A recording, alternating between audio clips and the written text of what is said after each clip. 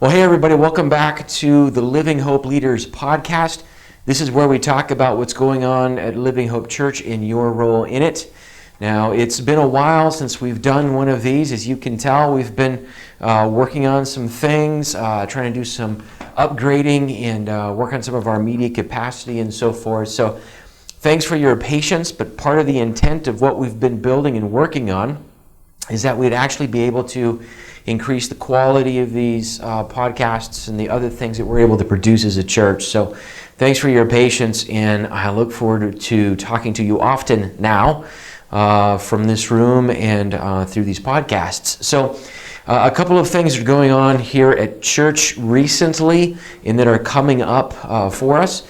First of all, we've got a trunk or treat coming up on October 31st. If you haven't registered to be a part of that, make sure you do that. It's on Tuesday night, so our normal Tuesday night schedule will be suspended on the night of the 31st, October 31st, so that we can kind of open our doors again to the neighborhood like we normally do with our Harvest Festival. So I'd encourage you to be a part of that. If you can't be a part of that, go ahead and grab some candy so that we can just fill those trunks and in the church with stuff that we can give away to kids, and so that they and their families can have a good time being here at the church.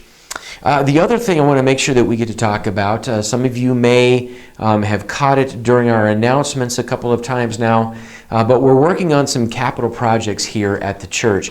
And these capital projects are relatively significant, and so they're going to require a combination of financial giving. There are plenty of things that we just simply have to buy and install and put in place. And then it's going to require from time to time even some of your hands in your effort and your skills to help us update things like the fellowship hall, the Frog and Kids Ministries areas. We wanted to do an update to that. It's been a very long time since that's received a facelift. We're working on updating a lot of our classrooms. This is one of those that we've started working on now, and update with some IT capabilities and so forth. And then some work inside of the sanctuary to keep that up to date, freshen it up, redo some of our IT inside of the sanctuary. And so we want to keep you apprised of that as God places it on your heart to give, so that we can purchase what we need in order to do that.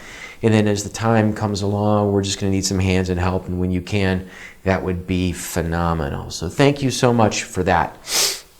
You know, I often tell people that we're blessed at Living Hope Church with a wonderful group of people.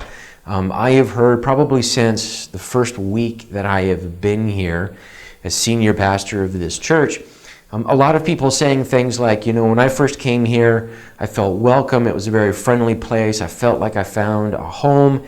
And so this is where we've been for several years now. And that is really a cool thing to hear. I've been around long enough to know that that's just not always the case with churches. It's a little cold, or it's a little programmatic, but somehow here at Living Hope, we've been able to maintain this genuine sensation of family and friendliness and the building of friendships and relationships. And guys, in our culture more and more, that kind of thing is enormously important for people. They're not just looking for another institution, another program. In the end, they're looking for a place where they're going to be able to connect with God and with God's family. So we need to kind of keep up that. We need to keep that before us. Some of you may recall our last major leadership meeting that we had maybe a little over a year ago now. One of the things we talked about, the phrase that we used, is that the sermon begins in the foyer. And so we talked a lot about people's experience. What was it like driving onto the property? What was it like? Where are they going to find a parking space? Or is the entrance obvious? What are we like when a guest first walks into the building? Are we somehow making it easy for them to know where their restrooms are and their kids go and the sanctuary is? Just things like that really make a big difference. And I'm reminded of this because I got an email. In fact, just today I got this email, and I wanted to pass it along to you guys so that you can hear what kind of difference this makes to people.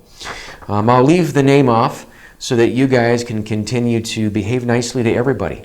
You don't have to think, well, okay, I've done my job with this one person and now I can move on.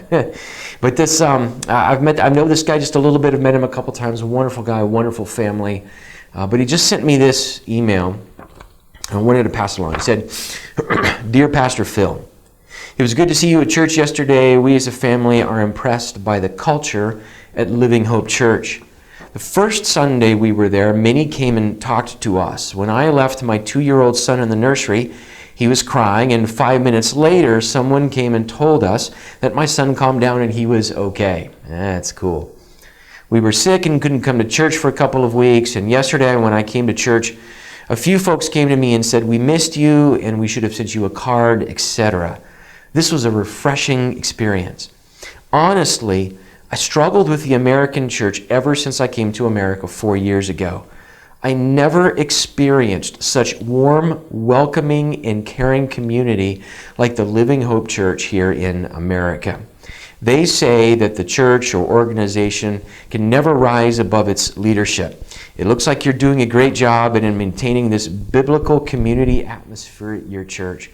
We as a family are looking forward to being a part of Living Hope Church. Thanks." I cannot tell you what that means to me, how important this is to me. Not just that somehow I'm a part of this or encouraging you guys to be a part of this, but that people have experienced it and it touched them, and they've decided now to make Living Hope Church their home because they've seen something here, a community, a warm, welcoming, friendly community that they just were not getting at other churches, and they have a multicultural experience, this particular family. And here in the States, they've had a hard time finding what they have found at Living Hope Church. Guys, this is a really big deal. It's not just families like this who I just happen to know have been in the church for a very long time, but it's going to be other families, and it's going to be other students, and it's going to be other individuals who walk in these doors. We don't know their situation, but you and I know that they need Jesus Christ as much as anybody does, and so we're glad they're here. And we want them to experience Christ, and we want them to experience the family of God and everything that comes with it.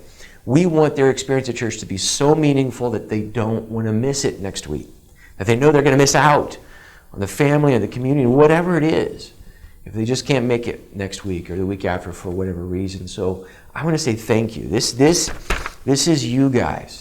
This is you guys paving the way. It's you guys. Some of you I know, you're stepping outside of your comfort zone to do stuff like this. It makes a difference. And I just wanted to read this, and I wanted to say thank you for what you're doing. Let's keep it up. The sermon begins in the foyer with you and me as we greet people as they come in. That's where their experience starts. And we just want to pave the way for their relationship with Christ through this part of God's family. So thank you very much, guys. And I look forward to seeing you again soon on the Living Hope Leaders podcast. Talk to you soon, guys.